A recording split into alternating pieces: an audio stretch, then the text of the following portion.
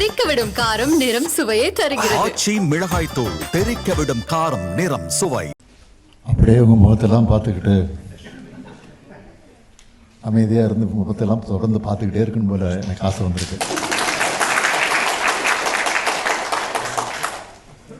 இப்படிதான் ஒரு முறை எங்களை எல்லாம் ஆளாக்கிய நம்முடைய ஒப்பற்ற தலைவர் பேரறிஞர் பெருந்தகை அறிஞர் அண்ணா அவர்கள் ஒரு கூட்டத்தில் பேசுகிற போது சொன்னார்.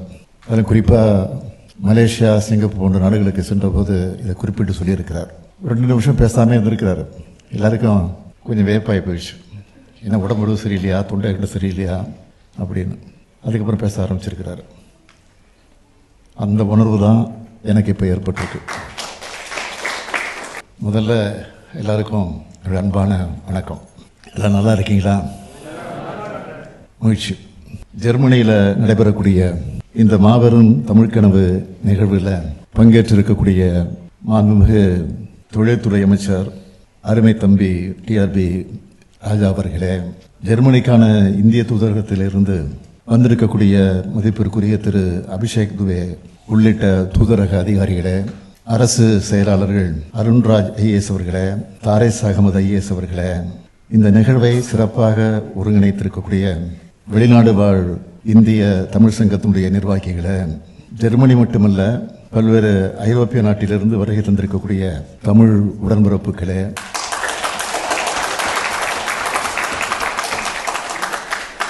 என்னுடைய துணைவியார் வந்திருக்கிறாங்க, கூச்சக்கூடாது. என்னுடைய துணைவியார் துர்காவதி ஸ்டாலின் அவர்களே,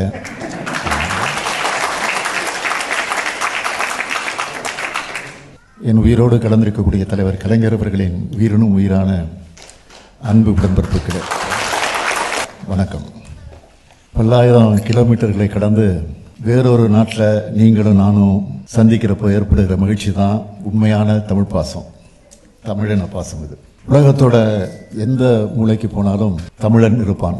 தமிழ் குரலை கேட்கலாம்னு சொல்ற அளவுக்கு உலகெல்லாம் பரவி தன்னோட அறிவால் உழைப்பால் உயர்ந்திருக்கக்கூடிய இனம்தான் நம்முடைய தமிழினம். நம்முடைய தமிழினத்திற்கு இதுதான் மிகப்பெரிய பெருமையாக விளங்கி கொண்டிருக்கிறது. நில எல்லைகளையும் கடல் எல்லைகளையும் நம்மை பிரித்தாலும் மொழியும் இனமும் நம்மை இணைக்கிறது. கண்டங்களை கடந்து விட்டாலும் நம்மோட தொப்புள் கொடி அருந்து விடவில்லை. பேரறிஞர் அண்ணா தான் சொல்வார், ஒரு தாய் வயிறு தாங்காது என்ற காரணத்தால் தனித்தனி தாய் வயிற்றிலே பிறந்த உடன்பிறப்புகள் நாம் என்று சொல்வார். அப்படி உடன்பிறப்புகளாக தமிழர்களான நாம் இணைஞ்சிருக்கிறோம். ஜெர்மனி நாட்டில் உங்க எல்லாரையும், அதுவும் உங்க ஒவ்வொருத்தரையும் சந்திக்கிறப்போ மகிழ்ச்சி. நீங்க ஒவ்வொருத்தரும் ஒவ்வொரு மதிப்புமிக்க பொசிஷன்ல இருக்கிறத பார்க்கிறப்போ தமிழ்நாட்டினுடைய முதலமைச்சரா திராவிட இயக்கத்தை சார்ந்தவனா மிகுந்த மகிழ்ச்சி அடைகிறேன், பெருமைப்படுகிறேன். நம்ம திராவிட மாடல் ஆட்சி தமிழ்நாட்டில் அமைஞ்ச பிறகு தமிழ்நாடு எல்லா வகையிலும் இன்றைக்கு முன்னேறிட்டு இருக்கு. குறிப்பா தொழில் வளர்ச்சியில ரொம்ப வேகமா வளர்ந்துகிட்டு இருக்கிறோம். நம்முடைய தமிழ்நாட்டு வளர்ச்சியை பற்றி நீங்கள்லாம் செய்தித்தாளில் படிச்சிருப்பீங்க, சோசியல் மீடியாக்களையும் பார்த்துருப்பீங்க, அதாவது அங்கே இருக்கக்கூடிய உங்களுடைய உறவினர்கள் நண்பர்கள் மூலமாக கேள்விப்பட்டிருப்பீங்க. இந்த வளர்ச்சி இன்னும் விரைவாக்க வேண்டும் என்ற அடிப்படையில் தான் முதலீட்டாளர்கள் மாநாடு, அதாவது முதலீடுகளை ஈர்க்க வெளிநாட்டு பயணம் ஆகியவற்றை நான் தொடர்ந்து மேற்கொண்டு வருகிறேன். UAE, Japan, Spain, Singapore, America ஆகிய நாடுகளுக்கெல்லாம் பயணத்தை மேற்கொண்டு ஏராளமான முதலீடுகளை தமிழ்நாட்டை நோக்கி ஈர்த்து நம்ம மக்களுக்கு ஏராளமான வேலை வாய்ப்புகளை உருவாக்கி கொடுத்துருக்குறோம். இப்படி வெளிநாடுகளுக்கு வரும்போது முதல்ல எனக்குள்ள என்ன தோணும் கேட்டிங்கன்னா, இந்த நாட்டில் வாழ்கிற நம்ம தமிழர்கள் எப்படி இருக்காங்க, அவங்களுடைய வாழ்க்கை தரம் எந்த அளவுக்கு உயர்ந்திருக்கு, பெரும்பாடுபட்டு தலைநிமிர்ந்த இந்த இனம் இந்த மண்ணில் சுயமரியாதையோட நடைபெறதை பார்க்க வேண்டும் என்று நான் நினைப்பேன். அதுலேயும் முக்கியமாக ஒரு அயலக மண்ணில் நம்முடைய தமிழை கேட்கணும்னு ஆசை வந்துடும் எனக்கு. எல்லாருக்கும் இப்படிதான். அதனால தான் ஜெர்மனிக்கு வந்த உடனே முதல்ல உங்களை சந்திக்க வந்துட்டேன்.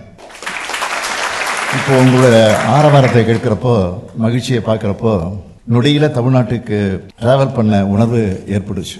மனிதன் எங்கே போனாலும் அவருடைய வேர் இருக்கிற தாய் நிலத்தை மறக்க மாட்டான். அப்படித்தான் உங்களுடைய நினைப்பும் எப்பவும் தமிழ்நாட்டு மேலேயே இருக்கும். தமிழ் நிலத்தில் தமிழ்நாட்டில் இருக்கிற நாங்களும் உங்களை அன்போடு பார்த்துக்கிட்டு இருக்கிறோம். அதனால தான் நம்ம திராவிட மாடல் அரசில் அயலக தமிழர்களுடைய நல்வாழ்வுக்காக ஏராளமான திட்டங்களை செயல்படுத்திக்கிட்டு இருக்கோம். இந்த ஆண்டு மட்டும் இந்த விழாவுக்கு எத்தனை நாடுகளிலிருந்து நம்ம தமிழர்கள் சென்னைக்கு வந்திருக்காங்க தெரியுமா? 62 நாடுகளிலிருந்து வந்தாங்க.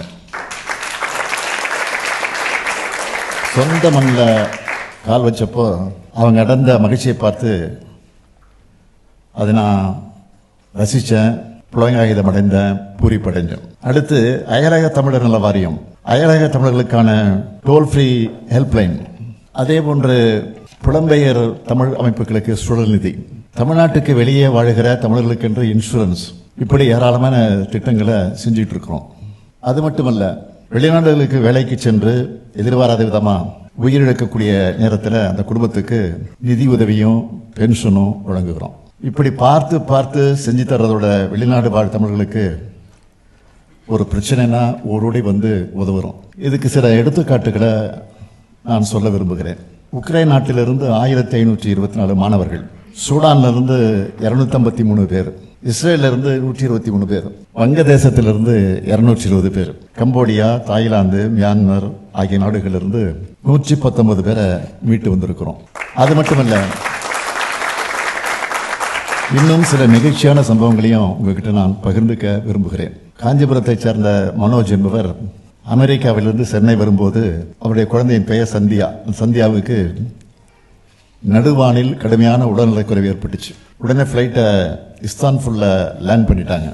அந்த குழந்தையை மேல் சிகிச்சைக்காக சென்னை கழிச்சிட்டு வர 10 லட்சம் ரூபாய் வழங்கணும். மயிலாடுதுறையை சார்ந்த முபாரக் அலி என்பவருக்கு தாய்லாந்தில் உடல்நலக்குறைவு ஏற்பட்டப்போ 10 லட்சம் ரூபாய் செலவில் சென்னைக்கு அழைச்சிட்டு வந்து சிகிச்சை அளித்தோம். குவைத் தீ விபத்தில் சிக்கின 7 தமிழர்களுடைய உடலை மீட்டு ஒப்படைச்சு அந்த குடும்பங்களுக்கு 5 லட்சம் ரூபாய் வழங்கணும்.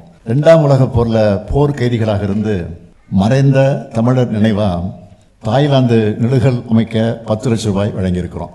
இதையெல்லாம் நான் குறிப்பிட்டு சொல்ல காரணம், தமிழ்நாட்டில் திராவிட மாடல் அரசும் உங்க முத்துவேல் கருணாநிதி ஸ்டாலினும் உங்களை ஆதரிக்க அரவணைக்க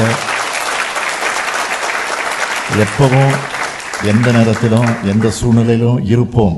அதை சொல்லத்தான் இங்கே குறிப்பிட்டு சொன்னேன். இதை கேட்கும்போது வெளிநாடுகளில் அல்லல் படுகிற யாராவது ஒருத்தருக்கு நம்பிக்கை பிறக்கும், அவங்களுக்கும் உதவ நமக்கு ஒரு வாய்ப்பு கிடைக்கும்னு அதற்காகத்தான் இது சொல்றேன். இப்போ நான் சொன்ன முன்னெடுப்புகள் எல்லாத்தையும் விட மிக முக்கியமான திட்டம் தான் வேர்களை தேடி திட்டம்.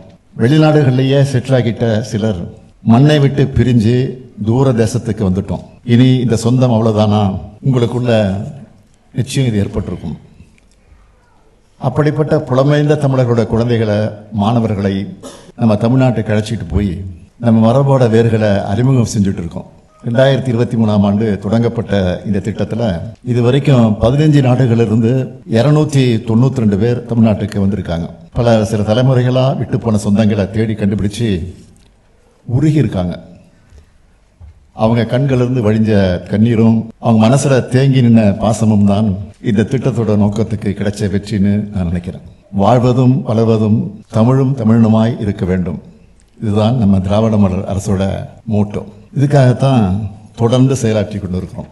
நம்ம அரசோட திட்டங்களை நாம ஏற்படுத்தி தரக்கூடிய வாய்ப்புகளை நீங்க எல்லாரும் பயன்படுத்திக்க வேண்டும் என்று நான் கேட்டுக்கொள்கிறேன். அதே சமயம் உங்க மேல இருக்கக்கூடிய அன்போடும் உரிமையோடும் ஒரு கோரிக்கையை வைக்க விரும்புகிறேன்.